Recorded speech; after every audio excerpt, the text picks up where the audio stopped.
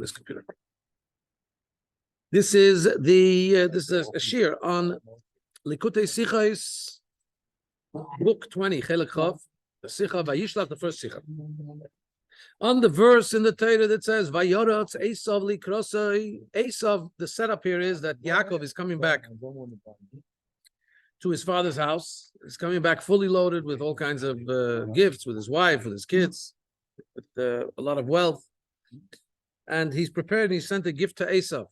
And now Vayorotz Esav Likrosai, Esav runs towards him, Vayichabkei, when he embraces him, Vayipel al Tzavarim, and he falls on his neck, Vayishokei, and he kisses him, Vayivku, and they both weep.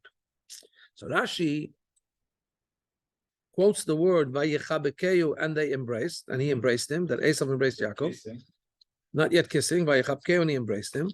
And he explains Nisgal Gilu Rachamav, that Esav's mercy had been aroused. When he had seen that Yaakov had bowed all of these bowings, it aroused something, it moved something in Esav's heart, and he embraced him, in other words, wholeheartedly.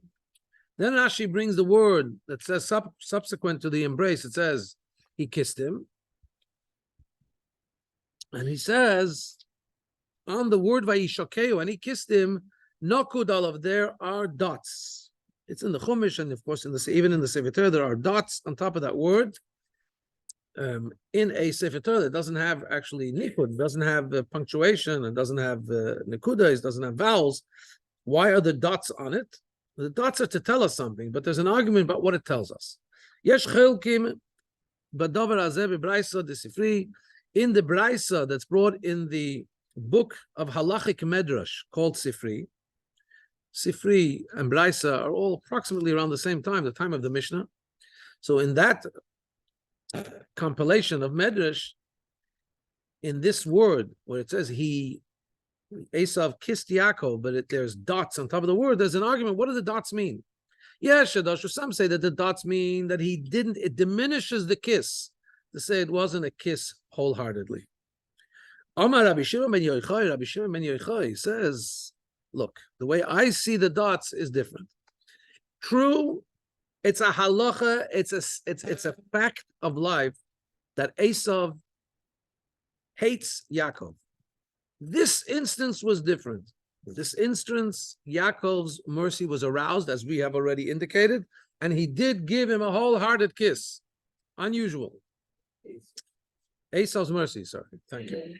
And Esav gave Yaakov a wholehearted kiss in this instance against the halacha, in other words, not against the law, but against the law of nature, so to speak, almost against his nature. We have to understand, why does Rashi explain the word, and he embraced him? So Rashi, in the word about the kiss, Rashi gives two options. Either it was a real kiss because at this moment, either it was not a real kiss, it was just a token kiss, or it was a real kiss, but this was an unusual thing. It was an aberration. It was yotzei min haklal. It was not like the rule. That's the two options Rashi gives in the kiss. But before the kiss came an embrace. So we have to understand why when Rashi explains the embrace, he doesn't give the option that it wasn't real.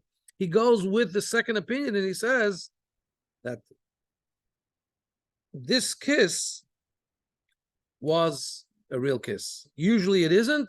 The embrace was a real embrace because of the arousal of mercy through the submission of Yaakov to Esav. He bowed to him, he gave him so much honor.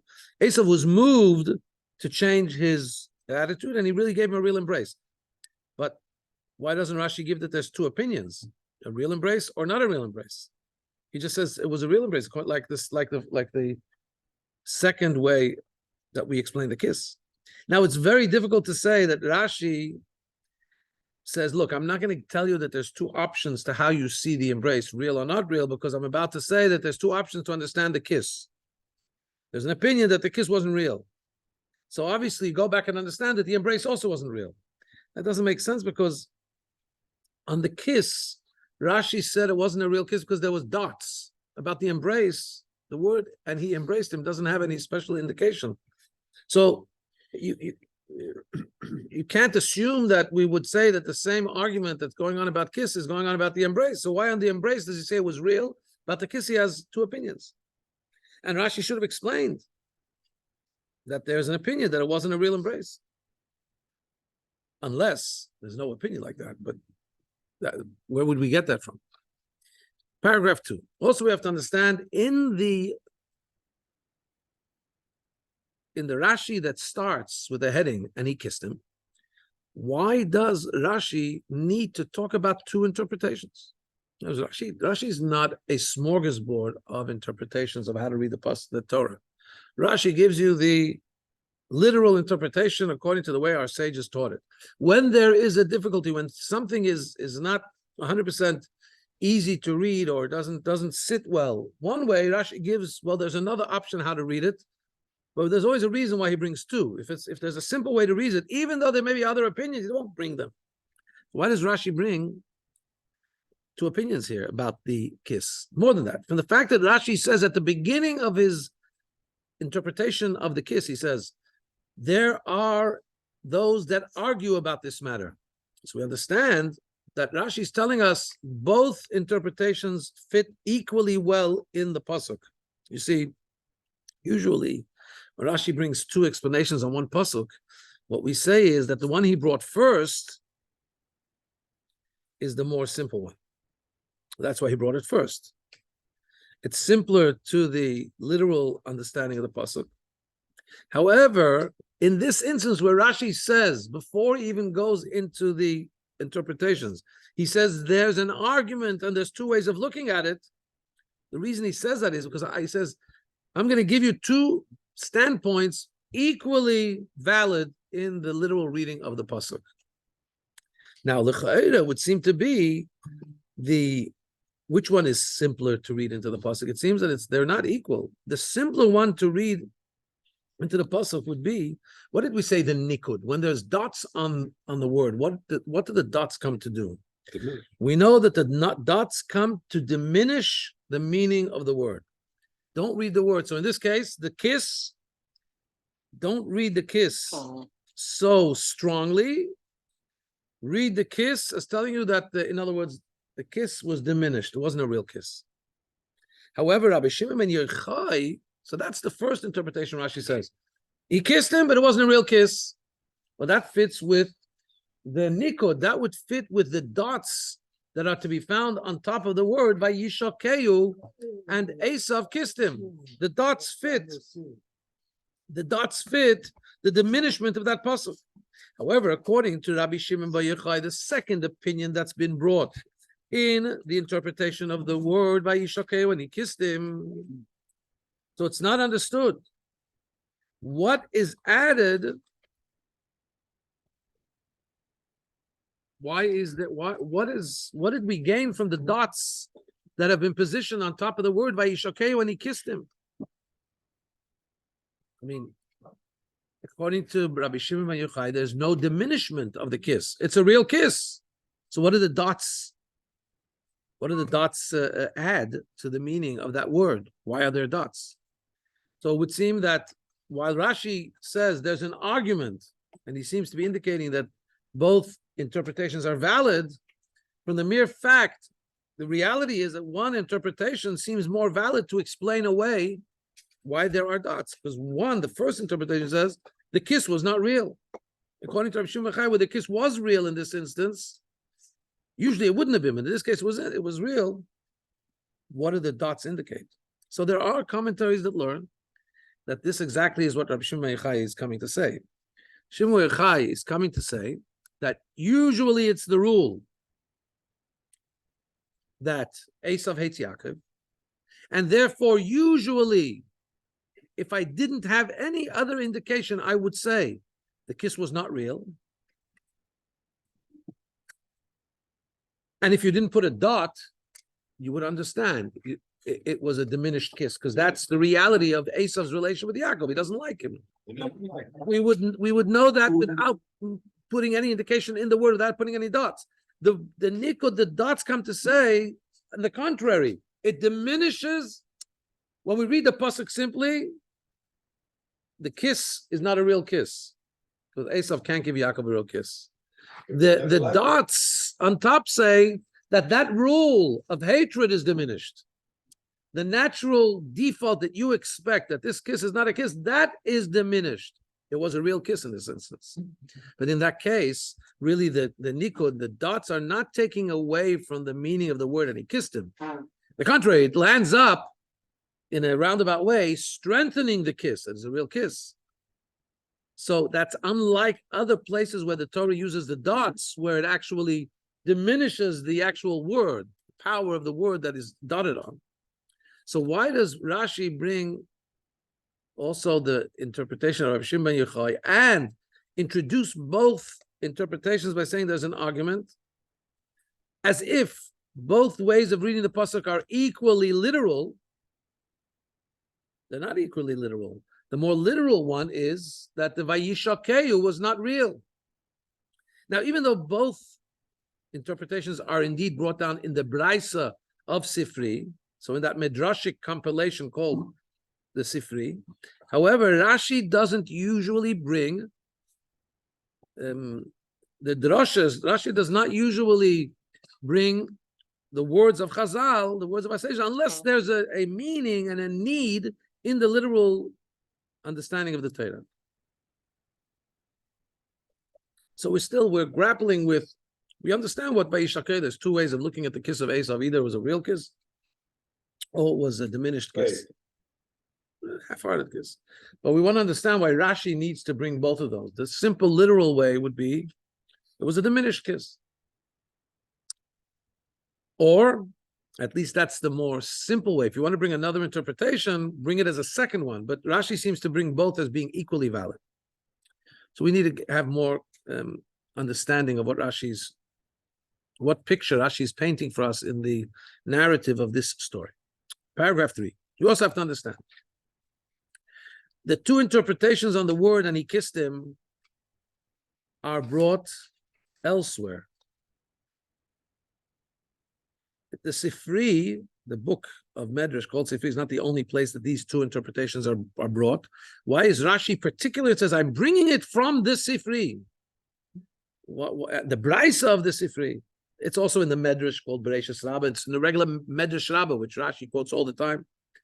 It's also in a work of Mishnah called Oveis de Rabbi Nosson. There's Pirkei Avot, 5 chapters. There's 20-something chapters, if I'm not mistaken, called Avot de Rabbi Natan. The teachings, also ethical teachings of Rabbi Nosson. Also there is brought this interpretation, the argument about how the kiss of Esav should be understood.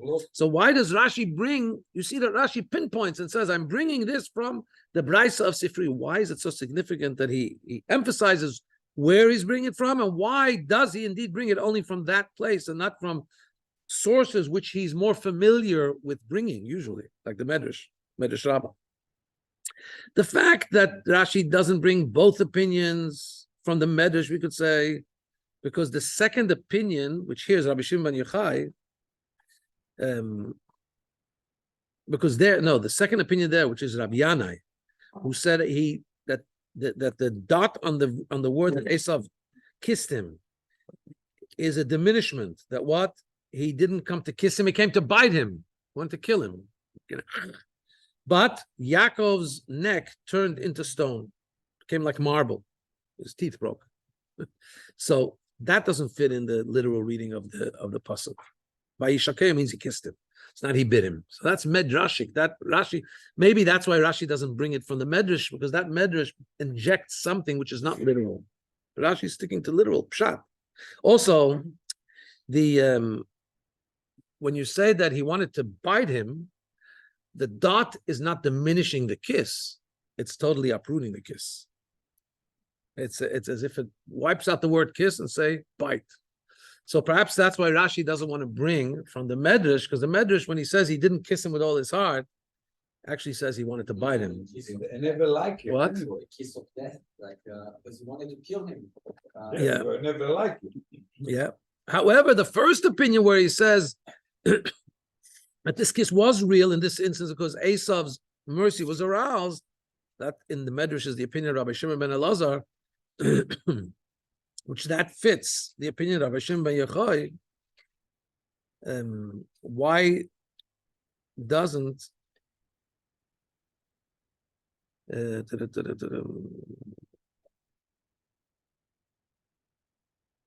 especially that Rashi has already in a previous occasion brought that the one who tells us that a dot on top of the word diminishes the strength of the word is Rabbi Shimon ben Elazar, who in the Medrash Rabbah does say that this kiss was a real kiss. So why doesn't he bring at least that opinion from Medrash Rabbah? In other words, he doesn't have to quote both these opinions from Sifri. He can quote at least the opinion that it was a real kiss from the words of Rabbi Shimon ben Elazar in the Medrash Rabbah. Additionally, in the tractate we say is called Avos de Rabbi Nosson, like the Pirkei Avos of Rabbi Nosson, both opinions are there. And in a succinct, in a clear way, the language there is as follows. Melamed, this teaches us, Shalei Neshake Be'emes, he didn't kiss him genuinely. Rabbi Shimon ben Elazar says, this kiss was genuine, all the rest were not. So why doesn't Rashi bring from that location, from Avos de Rabbi Nosson? Why is he particular bringing the Sifri? And he says, I'm bringing, that there's some that argue in the Bryce and Sifri. He's very particular about highlighting where he's bringing it from. Why does he also put in the names of who said it? Rabbi Shimon ben Yochai, he doesn't always bring the names. And also, why does he first introduce this by saying, usually it's known, it's a halacha, almost as dependable as a rule, that Esav hates Yaakov? What's that got to do with the literal interpretation here? Especially that Rabbi Shimon Yochai is saying, usually it's a halacha that Esav hates Yaakov, but this time it wasn't. This time he actually kissed him with all his heart. So why introduce that usually it wouldn't have been a proper kiss? We don't need that to understand the literal understanding. He throws a spanner in the works. Usually Esav wouldn't be kissing Yaakov. Oh, but this time it happened to be, it was a real kiss. So let's understand all these things. It would seem that we would be able to answer the questions we asked by giving the following interpretation. According to both opinions, the dots on top of the word diminish, make weaker the word, and he kissed him. You'll see, you look in the Chumash, you'll see there's 5 dots. Vayishlach, Vayishlach. 5 dots on top of those words, on top of each one on top of a letter. So that comes to diminish. The difference is that if he didn't kiss him wholeheartedly, so then what the dots did is they diminished the kiss. The kiss is not a real kiss. According to Rabbi Shimon ben Yochai, the kiss doesn't, the dots are not diminishing the word kiss. The dots are diminishing the context, the kiss in the context of this placement of the kiss. In other words, when you talk about a Esav to Yaakov kiss, you assume, because it's known that Esav hates Yaakov.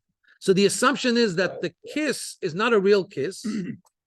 When we put dots on it, we're now not diminishing the word kiss, we're diminishing the contextual understanding of this kiss as being unreal. We're saying, no, diminish that unrealness. It was real in this case.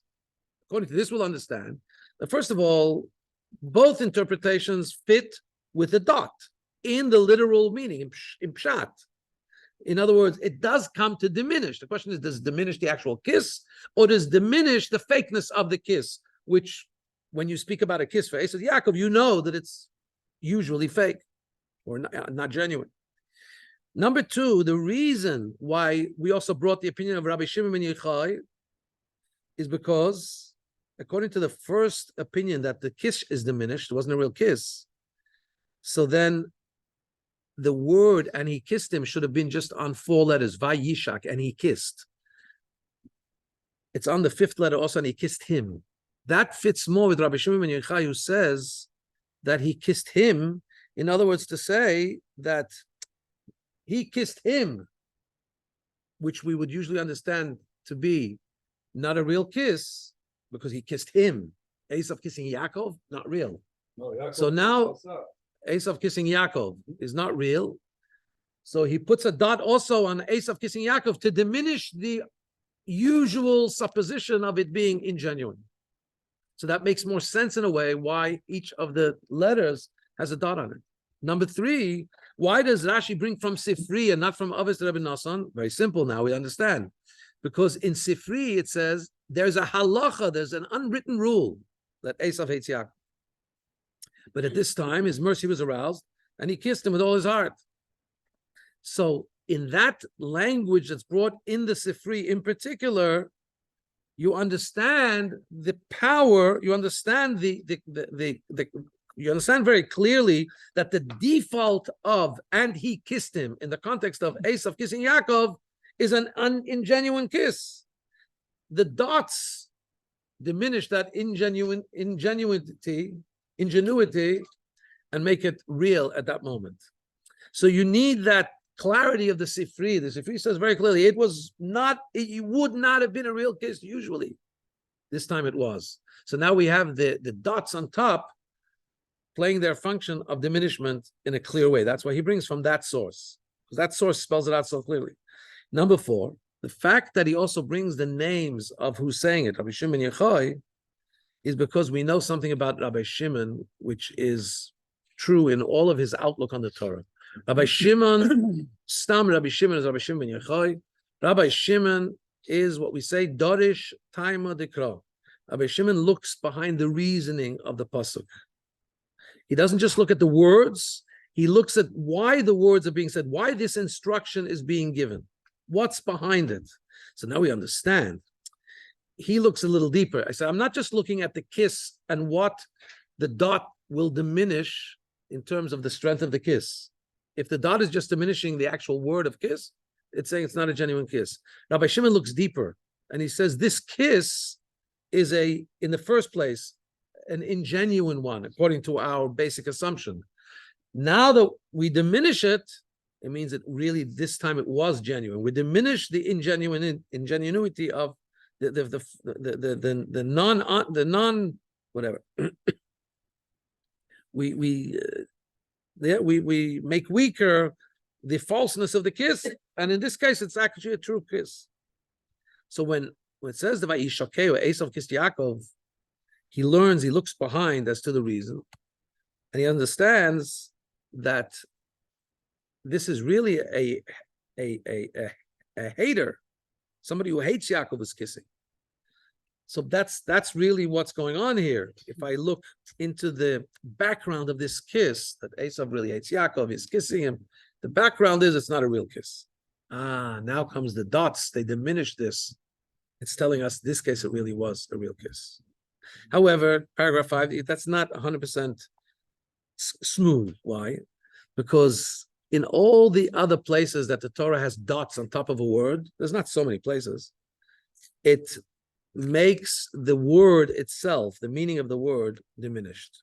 So it's difficult to say that here it's diminishing the general context of this kiss and not actually diminishing the word. Is it always 5 dots? No. In this case, it also doesn't have to be 5. It's dots on top of the. We figure out from the dots also on which letters it's putting the dot in. Sometimes we take away those letters and we see which letters are left, and we learn from that. Each place we have to see exactly how it works.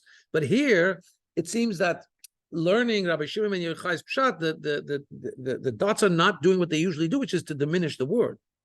So it's not so smooth. So we also have to understand 3 other things. First of all, what does Rashi mean to say that the machlekes is in the braisa of Sifri? Number 2, what does it mean that it's halacha? It's like a law that Esav hates Yaakov. He could have said it's known. Why halacha? Number 3, in most of the prints of the Sifri that we have, so the language there is that usually it would be an ingenuine kiss because Esav hates Yaakov, but nehefchu rachamov, his mercy was overturned. Here Rashi brings nichmeru rachamov, which means his mercy was softened. Why is there a difference in the language that are? He quotes the Sifri, but he has some kind of a different version, and he chooses that version, which is not that Esav's usual anger was overturned to mercy, but it was rather the word about softening, nichmeru. It was like melted, softened. Why that change? Now, these 3 questions in and of themselves, the Rabbi, he pretty much explained the Rashi, but he says it's not smooth, and I'm not stopping to delve into these questions because the purpose of these questions is really, I think, to get to an answer, which once we have the answer, we'll see how those three questions just point us to a deeper pshat. Not that we could live with these three questions. It's kind of I don't say nitpicking, but it's kind of picking at certain things which most people wouldn't. And sometimes if you have a good answer, then those questions highlight that. But even the way it's presented here, it says it's not smooth, but it's not like some questions you can't fall asleep at night because of questions. There's other questions that interesting. It could have been another language. Why does he use this language? But they lead. When you pay attention to the small details, you can then come up with a deeper meaning in the entire background of the story. So let's go and jump into the chapter, paragraph 6. The explanation about all this is.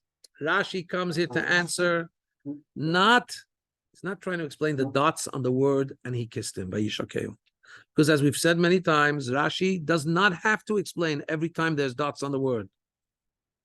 In the literal pshat of Torah, Rashi says the 5-year-old can carry on life without knowing. You can understand the Torah without knowing why there's dots. That's already medrash. Dots are already a deeper level of learning. Rashi comes to give literal pshat. So therefore, what we have to say is that when Rashi is coming to talk about the dots, it's not because it's a question in Pshutei Shel Mikra. It's not a question in literal meaning of the verse. And therefore, he doesn't have to, when he's explaining literal Torah, he doesn't have to explain every dot. By the way, there's another group of things he doesn't explain, which is chasir and yatir. There's sometimes a word is written with a vav or without a vav, with a yud, without a yud. That's you can learn a lot of stuff from that. The Medrash learns from that. The Gemara learns from that. There's a lot of stuff you learn from that. Rashi doesn't deal with it. The 5-year-old doesn't get to that level. He doesn't need to know that. That's not relevant to Pshutei Shel Mikra, to the literal meaning. Same thing with the dots on top of the word. Unless there's a question that we need to answer, which doesn't sit well in the simple reading of, in the simple understanding of the pasuk, then Rashi says, now let's look at what can help us understand the simple reading, because there may be dots here, there may be extra letters, less letters, and that will help us understand the Pshutei Shel Mikra, the simple reading. So what's Rashi coming to address here, really? Not the dots. Rashi is coming to answer a question.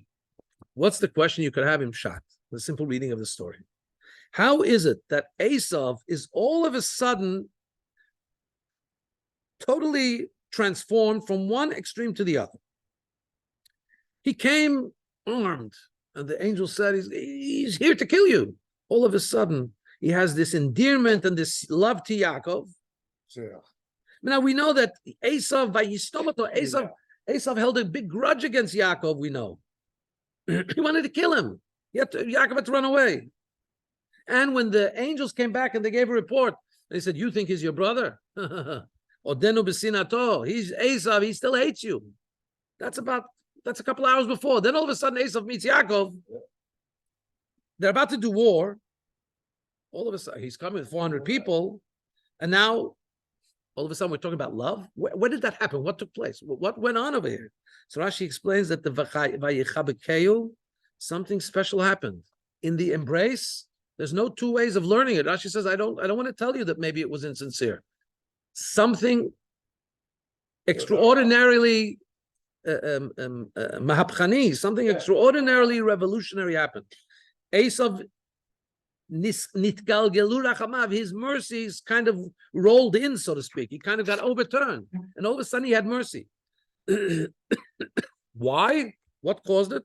He saw Yaakov submitting himself, bowing, all these bowings. It says that Yaakov bowed and bowed as he came towards Esav, and all of a sudden he had a change of heart toward Yaakov. And there's no argument about this. Rashi says this is the literal reading of the pasuk. I don't want to even bring you any argument about this. There's no argument. When it comes to, and he kissed him, now that's already a bigger form of expression of love than embrace. It shows on a deeper hisrakshus, on a deeper outpouring of emotion, of a hisayrus, of an arousal of love, of additional love in the heart, to the point that you can't. Speaking lovingly is not. It wouldn't express the feeling you have. Even an embrace, a hug, doesn't express the feeling you have for that person. It needs to get even deeper, even further, even closer, even more intimate. goes to a kiss. Just like that puts in brackets here that 5-year-old sees that there's value in terms of a loving relationship to kiss over embrace. I mean, he knows it by himself and the way his parents relate to him. They give him a kiss, it means that they're expressing their love to him in a deeper way. So now, one second. Just because Yaakov bowed and Esav's heart was turned over with mercy, but that means he lost his identity and his hatred totally to an extreme that he even kissed him. That's already got two ways of looking at it. Mainly, you say he embraced him and he was ready not to kill him, okay. But that he mamish started to love him and kiss him, that's a real extreme reversal. So that's what Rashi says. There's a dot on the word kiss. And you got to know what the dot means. The dot is telling us something we should be aware of, even in the simple reading. The kid's asking, are you serious? Esav now kisses him?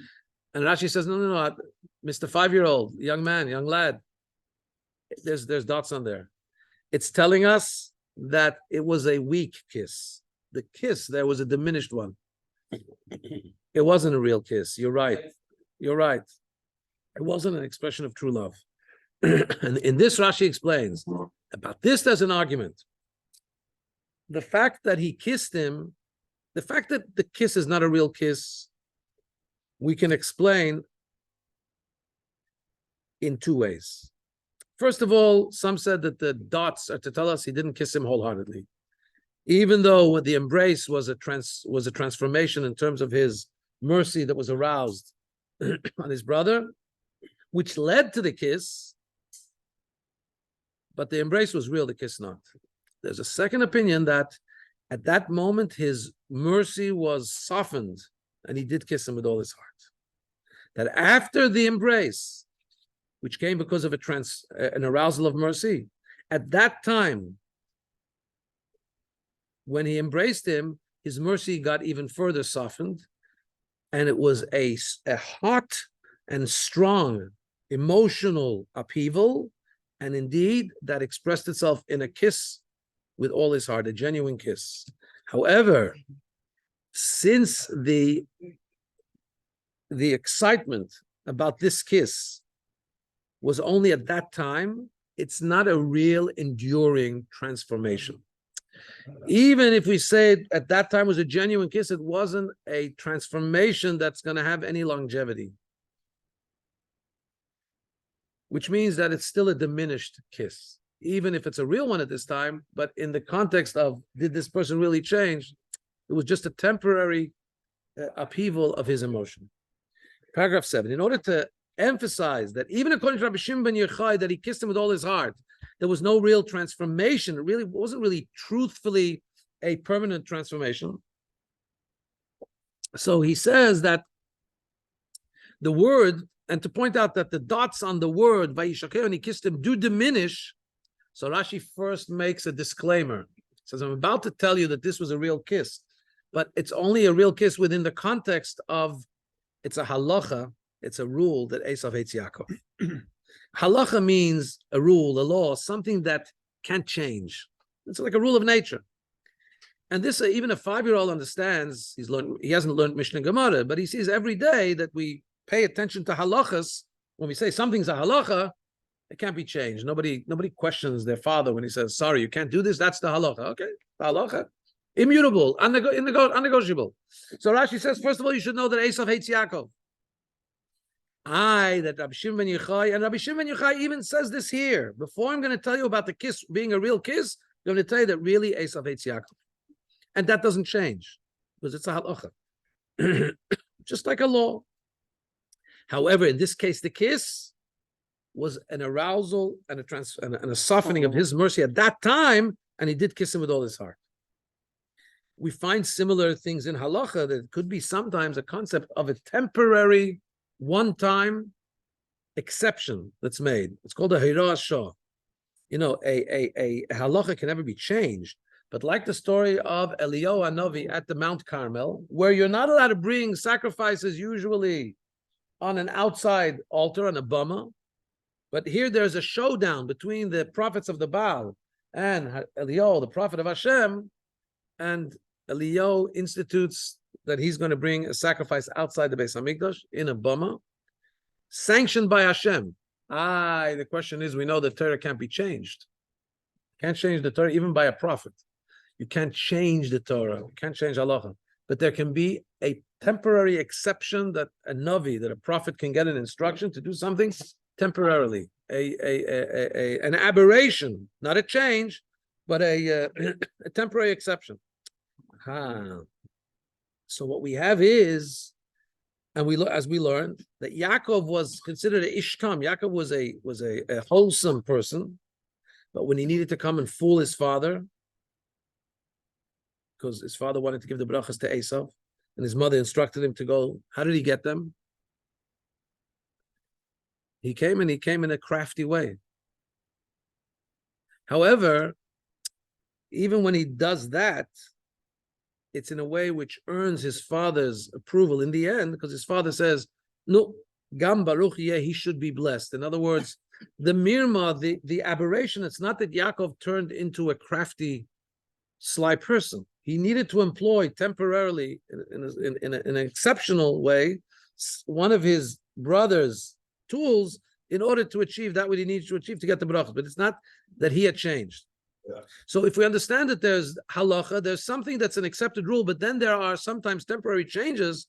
So we'll understand. And in this case, Rashi is trying to tell us, Rabbi Shimon ben Yochai is really telling us that there was a temporarily this was a real kiss. But first he tells you, don't get mistaken. This wasn't a change of persona of Esav. His basic rule of him hating Yaakov didn't change. So therefore, the neshika, even though I'm going to say that it was a real kiss, but I'm still going to tell you that it was a diminished kiss in the overall persona of Esav. It was right here. It was a real kiss, but Esav didn't truly become transformed and become a kissing person. Paragraph 8. According to this, we also understand, what Rashi brings. Rashi doesn't bring the argument from Avis to Rabbi Nosson. Avis to Rabbi Nosson summed it up very clearly. He says he didn't kiss him truthfully, usually, or the other opinion is this kiss was truthful, because according to both opinions, the way we're learning Rashi, even Rabbi Shimon ben Yochai says this kiss was real, it wasn't. It was a real kiss here, but it wasn't a kiss of emes. In other words, it didn't belie the truth of Esav. The truth of Esav hadn't changed. The kiss was a real kiss, but Esav's persona was still Esav's persona, and he still wanted to. He still hated Yaakov, because when we say emes, you have to be careful. The word truth means it's unchanging. The question is, how much is the truth of the actual kiss? That's the argument there. According to the first opinion, even the kiss wasn't true. The embrace was true, but to get to the level of kiss, that wasn't true. The second opinion of Shimon Yochai is this: here the actual act of the kiss was true, but still there's a halacha, there's a status that Esav has that he hates Yaakov, and that didn't change in a truthful, long-standing way. We also understand now why Rashi doesn't bring the lashon of the Sifri that his mercy was transformed. The Sifri says transformed. Rashi stays away from that word, because transformation means that now he really has a love. Rashi inserted the word nichberu. Nichberu means that he was warmed up. He was warmed up to the state of having a good emotional feeling towards Yaakov, but that doesn't mean that he had a transformation. Also, now we understand why he brings from the Braisa of Sifri. If he wouldn't state the exact place that he's bringing from, we could say that the expression that's used, that it's a halacha that Esav hates Yaakov, is not a real halacha. In other words, we're only saying that in the Medrash. When a Medrash says that there's a halacha, it doesn't mean halacha as ironclad. But when you bring from a Braisa of Sifri, the book of Sifri is a book of halacha. It's from a place in the Torah which is the source of halacha. When a book of halacha says it's a halacha that Esav hates Yaakov, it means that this is not allegory. This is saying it's as ironclad and as dependable as halacha that Esav hates Yaakov as a rule.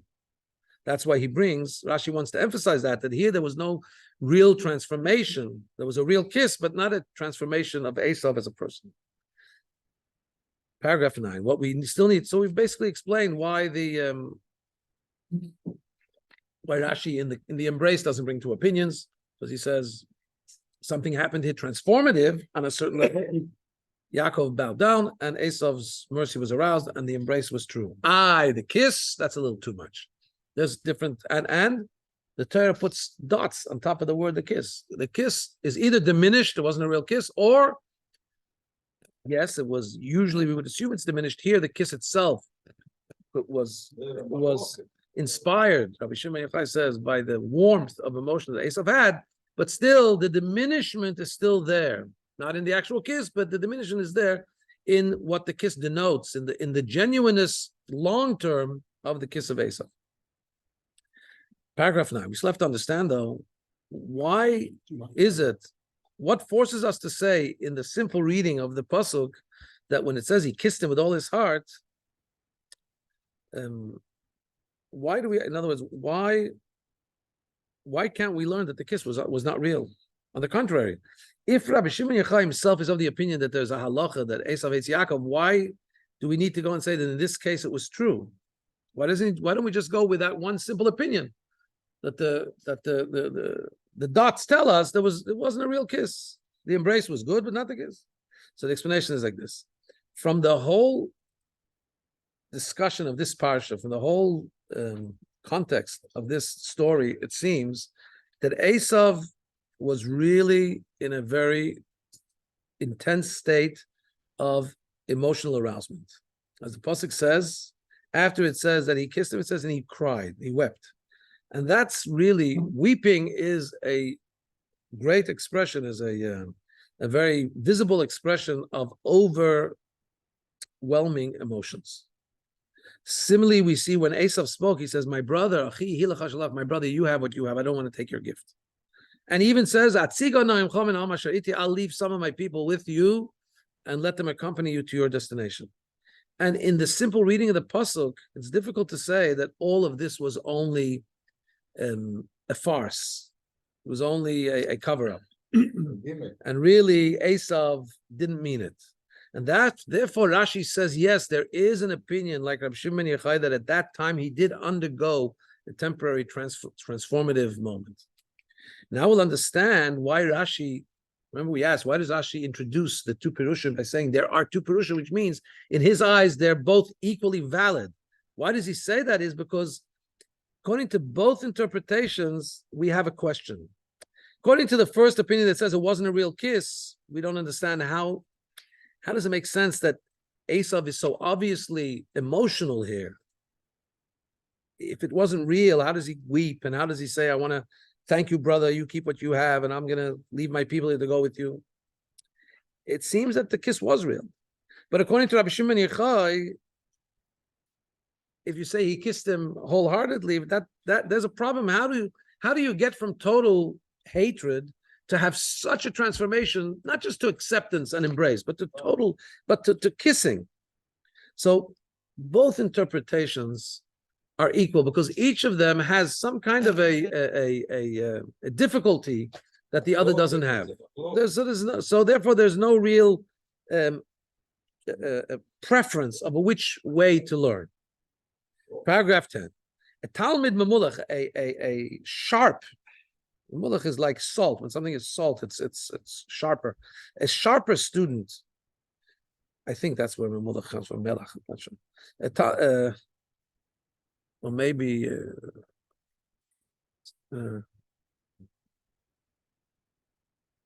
Mamulach Torah, it can also mean a blend. Mamulach doesn't mean sharp. Okay, I'm not sure. Translated as Season. That would be like salt. So a seasoned Talmud would ask, ultimately, since Rabbi Shimon Yochai is the one that emphasizes that Esav, he's the one who says that the halacha, that it's a given that Esav hates Yaakov. How is he the one that over here takes such a radical approach and says, here the kiss was true? Like you seem to be in the other camp. You seem to be saying that Esav is incapable of loving Yaakov. Yet in this story, you say, but this time it was true. So Rashi hints at the explanation by bringing his name into the picture. He brings the name Rabbi Shimon ben Yochai. Rabbi Shimon ben Yochai was very enigmatic, and here there's an incredible lesson for us. Rabbi Shimon ben Yochai was in the time of the exile of Rome. It's called the exile of Edom. Basically, the continuation of Esav was Rome.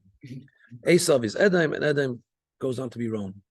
Rabbi Shimon ben Yochai lived in a time of very, very difficult decrees against the Jews and against him individually. He had to run away from the Romans, and he had to be in a cave, hidden in a cave 13 years.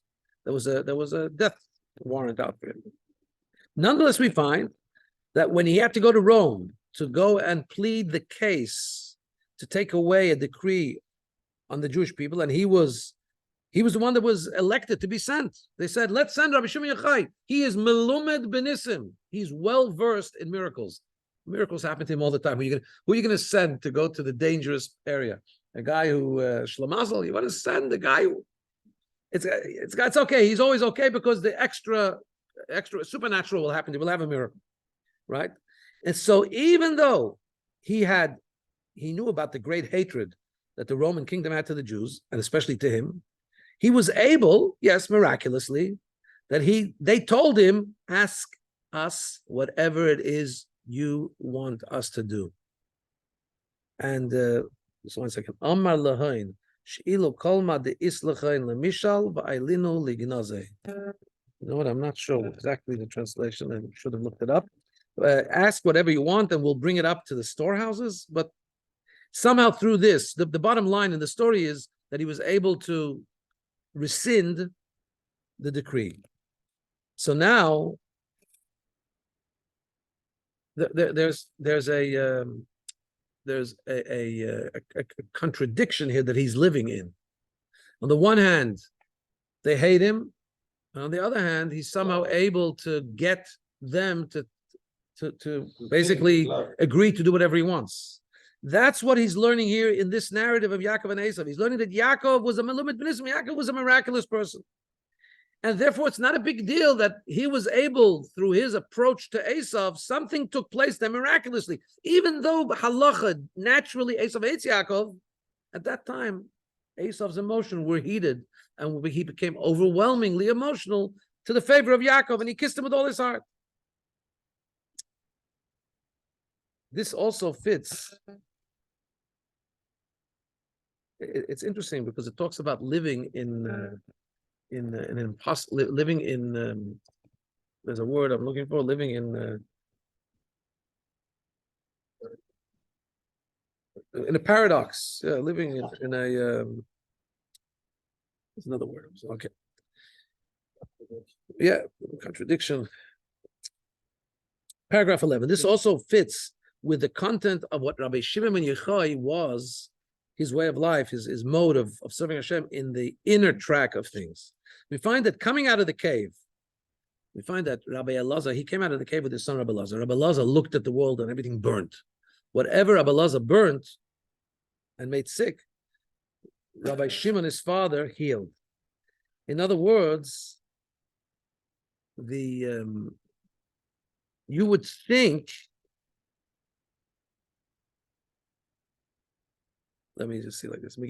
You find that, in other words, the healing that Reb Shimon gave, that would seem to fit the world more. You see, there's a struggle here. There's a struggle, and that is, do I say the world is just negative? Really, Torah is everything. Being in the cave 13 years and being people that Torah say that the Torah was their whole life, was everything they did. Rabbi Elazar came out and saw the world. What does it mean he burnt the world? It means how are people just engaging in menial things? Why aren't they just leaving Hashem to make them miracles, and they should just be sitting and studying? But Rabbi Shimon was part of that camp.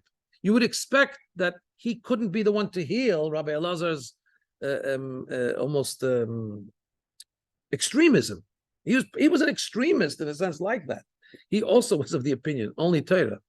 Yet he comes out and he's able to heal what Rabbi Elazar, with his extreme outlook, burns. Don't you belong to that same extreme outlook? But no. He lives together. He's able to also live in the world at the same time, and therefore is able to bring healing to the world. What does Rabbi Shimon ben Yochai say? Rabbi Shimon ben Yochai says something even more radical. He says, "Yachol ani liftor et kol ha'olam kulo min hadin." We talk about this always on Lag BaOmer. I could really absolve the entire world from being judged.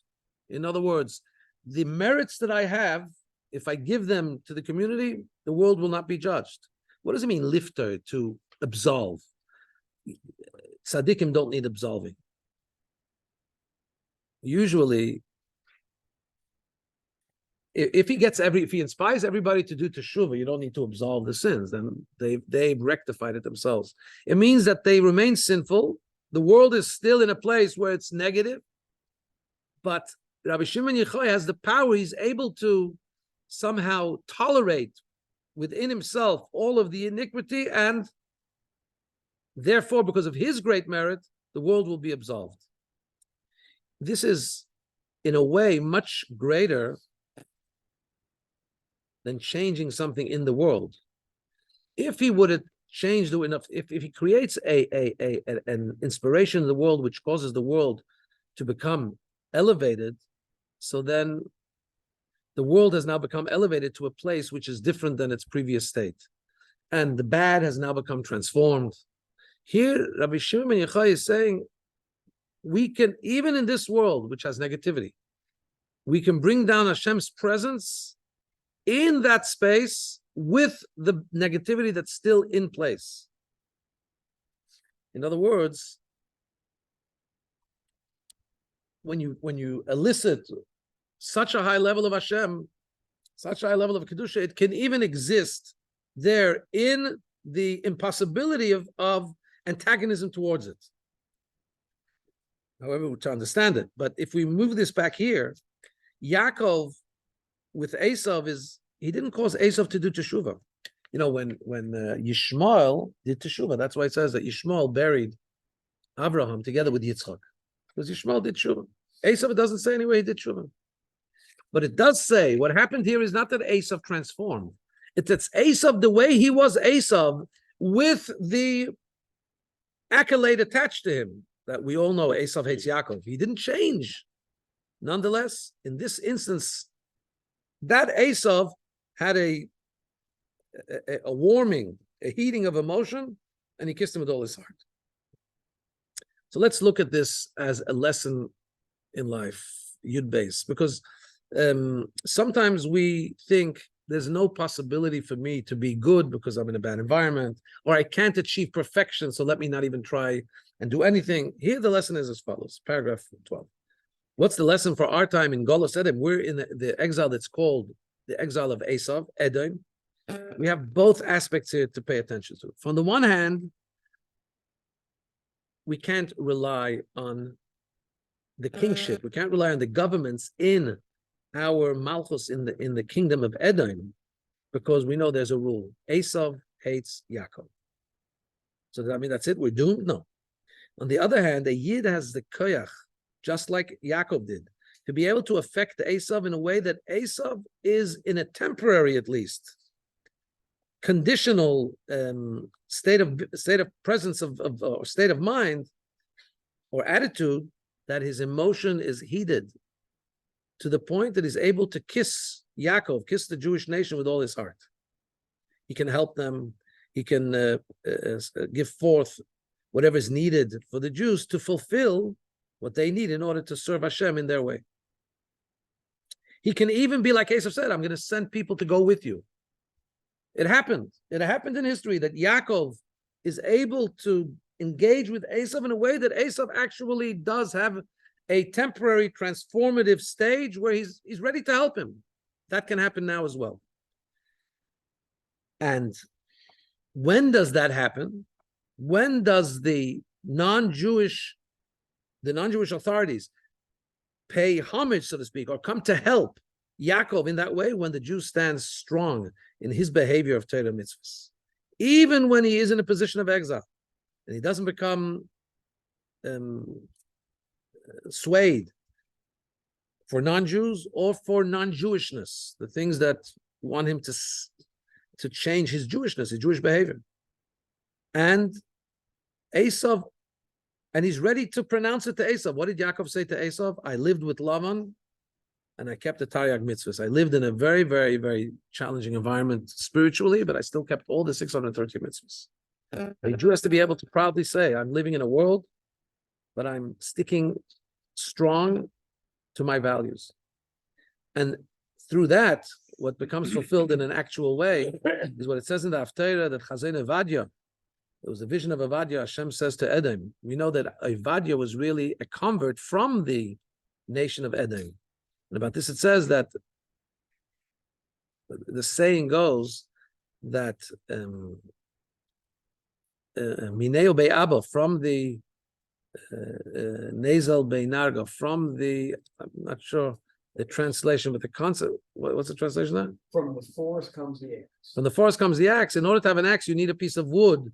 So actually the wood itself is helping to chop down further wood.